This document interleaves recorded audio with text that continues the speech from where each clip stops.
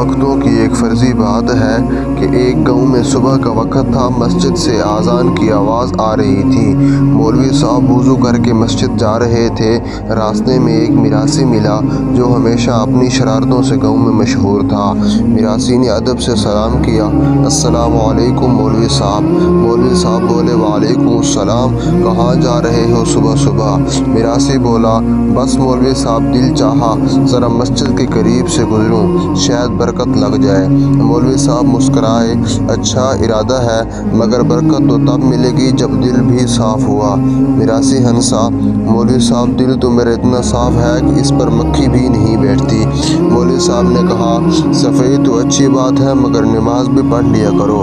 میراثی بولا، پڑھتا تو ہوں مولوی صاحب مگر جب دل چاہے۔ مولوی صاحب نے چڑھائیں، ایسا نہیں ہوتا، نماز فرض ہے، جب وقت ہو تو تب پڑھنی چاہیے۔ میراثی نے کہا، مولوی صاحب آپ کو پتہ ہے میں بھی ایک بار امام بن گیا تھا۔ مولوی صاحب چونکے، کیا تم امام بنے؟ کب اور کس وقت امام بنے؟ میراثی ہنسا، جی ہاں، ایک دن مسجد خالی تھی، میں نے سوچا ثواب مل جائے گا تو میں ہی آگے کھڑا ہو گیا۔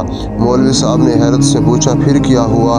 میراثی بولا، پھر لوگوں نے اللہ اکبر کہا، میں نے کہا اللہ اکبر، پھر کسی نے کہا رکوع کرو تو میں نے کہا تم رکوع میں امام ہوں تو میں امام ہوں۔ مولوی صاحب نے سر پکڑ لیا، استغفر اللہ، امام کو رکوع سب سے پہلے کرنا ہوتا ہے۔ میراثی بولا، مولوی صاحب میں نے تو سوچا امام وہ ہوتا ہے جو آگے ہو، پیچھے والے کو حکم دے، خود محنت کیوں کرے؟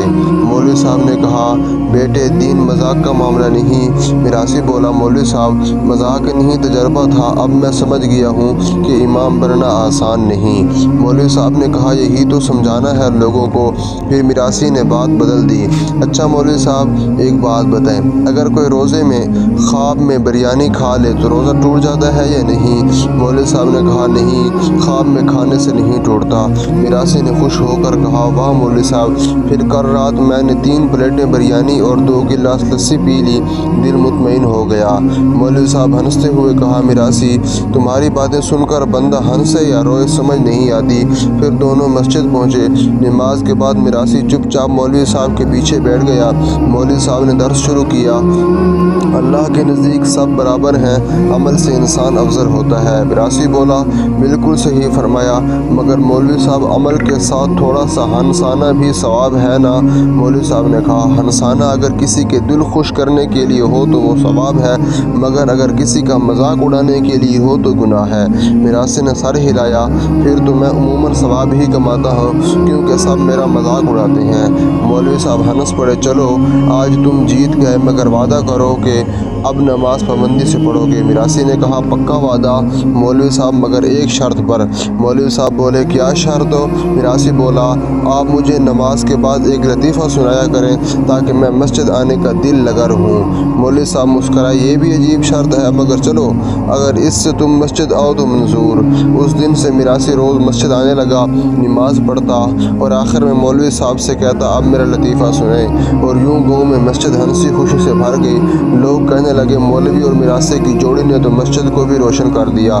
آخر میں مولوی صاحب نے کہا، میراثی تم نے مجھے سکھایا کہ تبلیغ صرف واعظ سے نہیں، محبت اور مسکراہٹ سے بھی ہوتی ہے۔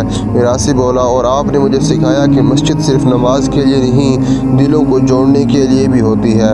دونوں ہنسے اور اذان مغرب کی آواز گونجی۔ مولوی صاحب بولے، چلو نماز کا وقت ہو گیا۔ میراثی نے کہا، جی مولوی صاحب، اس بار رکوع میں سب سے پہلے میں ہی جاؤں گا، اور یوں پورا گاؤں ہنستے ہوئے مسجد کی طرف بڑھا۔ دین میں سختی نہیں بلکہ محبت ہے۔ تبلیغ کا بہترین طریقہ نرمی اور اخلاق ہے، اور کبھی کبھی ہنسی بھی دلوں کو اللہ کے قریب کر دیتی ہے۔ ویڈیو دیکھنے کا بہت شکریہ۔ چینل کو سبسکرائب کیجیے، بیل کا بٹن دبائیے، لائک کیجیے، شیئر کیجیے، جزاک اللہ خیر۔